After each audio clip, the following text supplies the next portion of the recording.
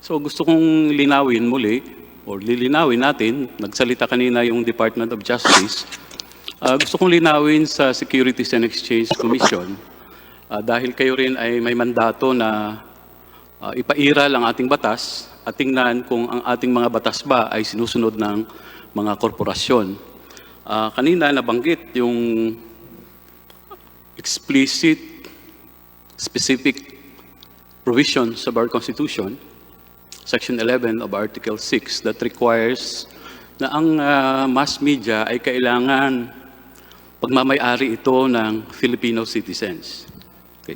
So ang tanong ko po sa Securities and Exchange Commission, dahil nabanggit kanina, wala namang enabling law that specifically distinguishes or requires that a dual citizen cannot own a mass media. Ang tanong ko po kay Commissioner Amatong, how is the Securities and Exchange Commission interpreting this provision of our Constitution, considering that you are the regulatory agency as far as corporations are concerned, Mr. Chair?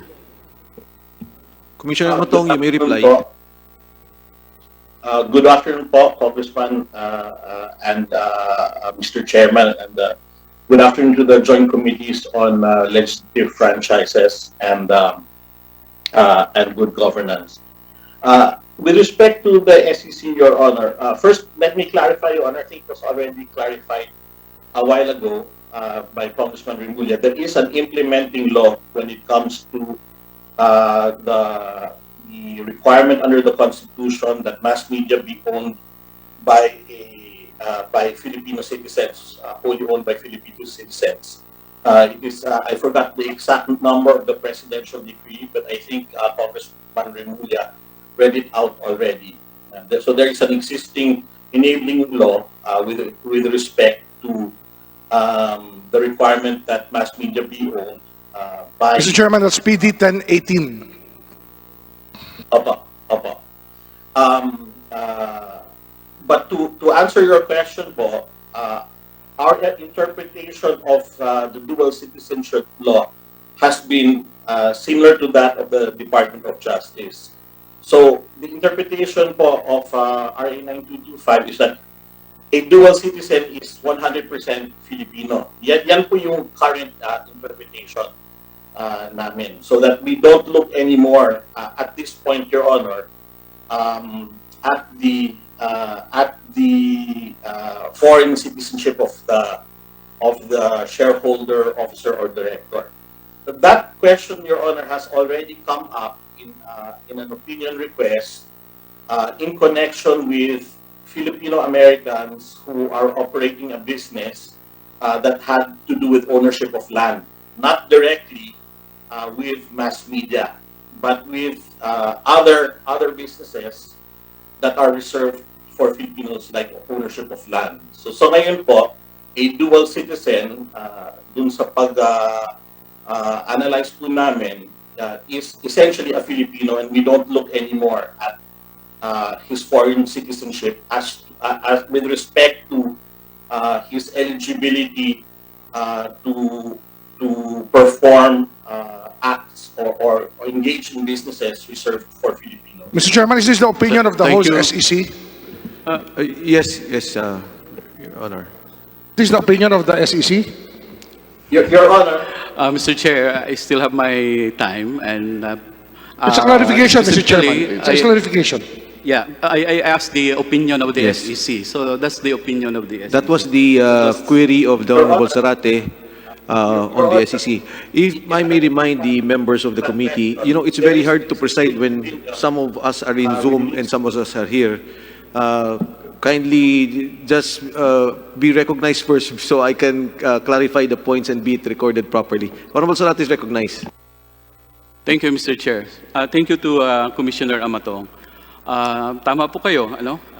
So sinasabi ng SEC that they are following the guidelines or opinion of the Department of Justice, no? Nabanggit niyo po kanina, tama po, meron namang isang enabling law talaga, no? Presidential Decree 1018. series of 1976. And wala ho itong pagkakaiba doon sa Section 11, no, ng ating kasalukuyang saligang batas na nagsasabi nga na the ownership and management of mass media shall be limited to citizens of the Philippines or to corporations or associations wholly owned and managed by such citizens, no? Section 2 of such presidential decree. So nabanggit niyo po ngayon, dahil naging in the advent of that law that we passed in Congress, no, yung pagbibigay ng dual citizenship, ay sa ibang usapin katulad ng pagmamay-ari ng lupa, no, na reserved for Filipinos, ay sinasabi po ninyo ay kahalintulad din ito ng pagmamay-ari ng mass media na ngayon, sa inyong opinion, ay pinapayagan na rin sa mga dual citizens. Tama po ba yung pagkatukuha ko na sa sinabi ninyo, Commissioner Amatong? Your Honor, may I clarify?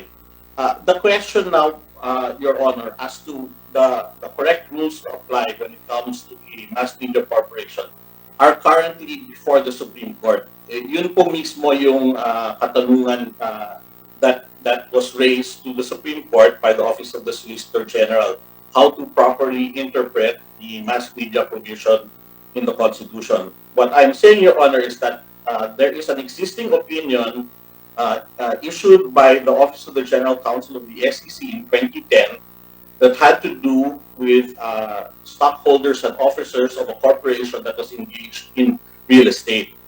In that opinion, naging opinion po ng SEC is that with respect to these shareholders under the dual citizenship law, they had all of the qualifications to be stockholders and officers of that real estate company engaged in real estate business, which is reserved for Filipinos. But specifically, the question with respect to ownership of mass media, yan po ang very essence of one of the issues raised in the case before the Supreme Court.